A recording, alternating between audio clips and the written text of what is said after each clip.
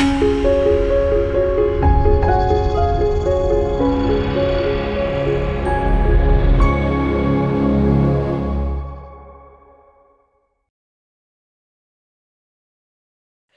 మాత్రం. నేను మీ journalist Navatha. Welcome to R Voice. భారత రాజకీయ యావనికపై ఒక చారిత్రాత్మక మార్పునకు కాలమాసన్నమైంది. స్వతంత్రం భారతదేశంలో సుదీర్ఘకాలం పాటు సంకీర్ణ రాజకీయాలు, ప్రాంతీయ పార్టీల బ్లాక్మెయిల్ రాజకీయాల వల్ల దేశాభివృద్ధి కుంటుపడింది. కానీ ప్రస్తుత తరుణంలో దేశవ్యాప్తంగా రాజకీయ సమీకరణాలు శరవేగంగా మారుతున్నాయి. లోక్సభలో ఇప్పటికే తిరుగులేని శక్తిగా ఎదిగిన భారతీయ జనతా పార్టీ ఇప్పుడు ఎగువ సభ అయిన రాజ్యసభలోనూ మెజారిటీ సాధించే దిశగా అడుగులు వేస్తోంది. ఈ పరిణామం కేవలం ఒక పార్టీ బలాన్ని చాటడం లేదు. దేశంలో సుస్థిరమైన బలమైన కేంద్ర ప్రభుత్వం వైపు ప్రజలు, ప్రజాప్రతినిధులు ఎంతలా మొగ్గు చూపుతున్నారో స్పష్టం చేస్తోంది. నాయకత్వ లోపం, అంతర్గత ప్రజాస్వామ్య రాహిత్యంతో కొట్టుమిట్టాడుతున్న ప్రాంతీయ పార్టీల నుంచి పెద్ద ఎత్తున నేతలు జాతీయ ప్రయోజనాలే ధ్యేయంగా ఎన్డీఏ కూటమి వైపు తరలిస్తుండటంతో బీజేపీ బలం ఉభయ సభల్లోనూ అప్రతిహతంగా పెరుగుతోంది. ప్రస్తుతం దేశవ్యాప్తంగా ప్రాంతీయ పార్టీలు మునుపెన్నడూ లేనంత తీవ్రమైన సంక్షోభాన్ని, అస్తిత్వ భయాన్ని ఎదుర్కొంటున్నాయి. మొన్న పశ్చిమ బెంగాల్లో తృణమూల్ కాంగ్రెస్, నిన్న మహారాష్ట్రలో ఉద్ధవ్ ఠాక్రే, ఇక రేపు ఉత్తరప్రదేశ్లో సమాజ్వాద్ పార్టీ, ఇలా ఒక్కదాని తర్వాత ఒకటిగా ప్రాంతీయ శక్తులలో చీలికలు వస్తున్నాయి. అయితే ఈ చీలికలకు లేదా పతనానికి బాహ్య శక్తులు కారణం కాదు. ఆయా పార్టీల అధినాయకత్వంపై సొంత నేతలకు, ప్రజాప్రతినిధులకే విశ్వాసం పూర్తిగా సన్నగిల్లడమే ప్రధాన కారణం. చాలా వరకు ప్రాంతీయ పార్టీలు కేవలం ఒకే కుటుంబం లేదా ఒకే వ్యక్తి చుట్టూ కేంద్రీకృతమై ఉన్నాయి. దశాబ్దాలుగా పార్టీ కోసం రక్తం చిందించిన సీనియర్ నేతలను పక్కన పెట్టి వారసులకు పీఠాలు అప్పగించే ధోరణి పెరిగింది. పార్టీలో అంతర్గత ప్రజాస్వామ్యం, పారదర్శకత లోపించడం వల్ల దశాబ్దాల కాలంగా నమ్ముకున్న నాయకులు ఊపిరాడక కొట్టుమిట్టాడుతున్నారు. కేవలం ప్రాంతీయ సెంటిమెంట్లను రగిల్చడమే ఓటు బ్యాంకు రాజకీయాలు చేయడం మినహా దేశ భవిష్యత్తుపై కానీ, తమ రాష్ట్రాల సమగ్ర అభివృద్ధిపై కానీ ప్రాంతీయ అధినేతలకు ఎలాంటి స్పష్టమైన విజన్ లేదు. ప్రాంతీయ ప్రయోజనాలు, స్వార్థ రాజకీయాల కంటే దేశ ప్రగతి, జాతీయ భద్రత, అంతర్జాతీయంగా భారతదేశ కీర్తి ప్రతిష్టలు ముఖ్యమని భావిస్తున్న నేతలు ప్రధాని నరేంద్ర మోదీ సమర్థవంతమైన, అవినీతి రహిత నాయకత్వాన్ని ఆకర్షితులవుతున్నారు. భవిష్యత్తు కేవలం జాతీయ దృక్పథం ఉన్న పార్టీలదేనని గ్రహించి తమ ప్రాంతీయ అధినేతలపై నమ్మకం లేక పెద్ద ఎత్తున నేతలు ఎన్డీఏ కూటమి వైపు అడుగులు వేస్తున్నారు.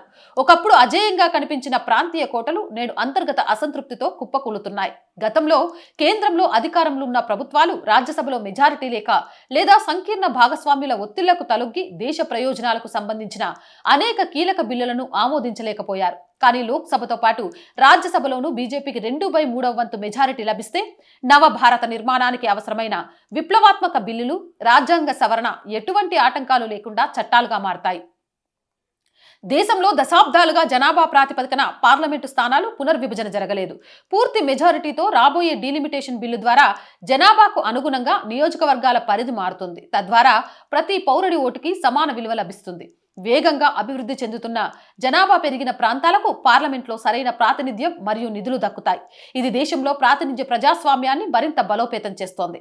భారతదేశంలో ప్రతి ఏటా, ప్రతి 6 నెలలకొకసారి ఎక్కడో ఒక చోట ఎన్నికలు జరుగుతూనే ఉంటాయి. దీనివల్ల దేశ ప్రగతి చక్రాలు స్తంభించిపోతున్నాయి.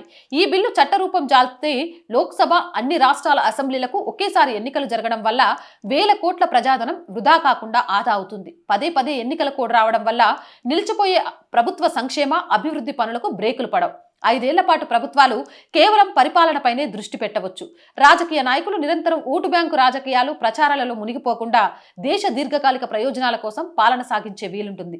భిన్నత్వంలో ఏకత్వం ఉన్న భారతదేశంలో చట్టాల పరంగా కూడా సమానత్వం అవసరం. కులం, మతం, వర్గాలు అనే తేడా లేకుండా దేశంలోని పౌరులందరికీ వివాహ, విడాకుల, ఆస్తి హక్కుల విషయంలో ఒకే చట్టం వర్తిస్తుంది.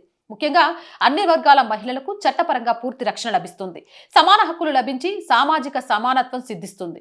దేశ సమగ్రత, ఐక్యత మరింత బలపడతాయి. మతపరమైన విభజన రాజకీయాలకు తెరపడుతుంది. ఉగ్రవాదం, దేశద్రోహ శక్తులపై ఉక్కుపాదం మోపడానికి అవసరమైన కఠినమైన చట్టాలను, అంతర్గత భద్రతా సంస్కరణలను ఎటువంటి రాజకీయ సంకోచాలు లేకుండా అమలు చేసే వీలుంటుంది.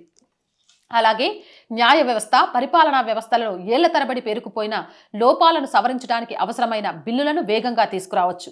గతంలో సంకీర్ణ ప్రభుత్వాల హయాంలో దేశ ప్రయోజనాలకు సంబంధించిన బిల్లులు నెలల తరబడి పార్లమెంట్లో నలిగిపోయేవి. రాజ్యసభలో కూడా బీజేపీకి పూర్తి మెజారిటీ రావడం వల్ల ఎలాంటి ఆటంకాలు లేకుండా దేశ ఆర్థిక రంగాన్ని బలోపేతం చేసే అంతర్జాతీయ పెట్టుబడుల సంస్కరణలు, పారిశ్రామిక విధానాలు శరవేగంగా అమలు చేయవచ్చు. ఇది భారతదేశాన్ని ప్రపంచంలోనే 3వ అతిపెద్ద ఆర్థిక వ్యవస్థగా నిలపడానికి ఇంధనంగా మారుతుంది. ప్రాంతీయ పార్టీల నాయకులలో విజన్ లేకపోవడం, కేవలం స్వార్థ రాజకీయాలకే పరిమితం అవ్వడం వల్లే ఆయా పార్టీల ఉనికి ప్రమాదంలో పడింది. మరోవైపు దేశ ప్రయోజనాలే పరమావధిగా దూసుకుపోతున్న ఎన్డీఏ కూటమికి ప్రజలు, ప్రజాప్రతినిధులు బ్రహ్మరథం పడుతున్నారు.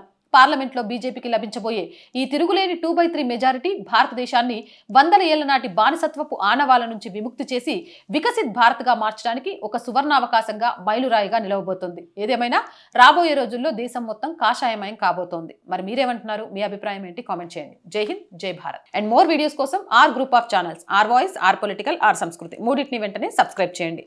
అలా కంటెంట్ బాగుంది అనిపిస్తే లైక్ చేయండి, షేర్ చేయండి.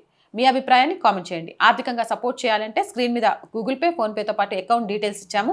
మీకు తోచిన సహాయాన్ని అందించండి. వ్యాపార ప్రకటనల కోసం 8328500576 నెంబర్ని సంప్రదించండి. జై హింద్, జై భారత్.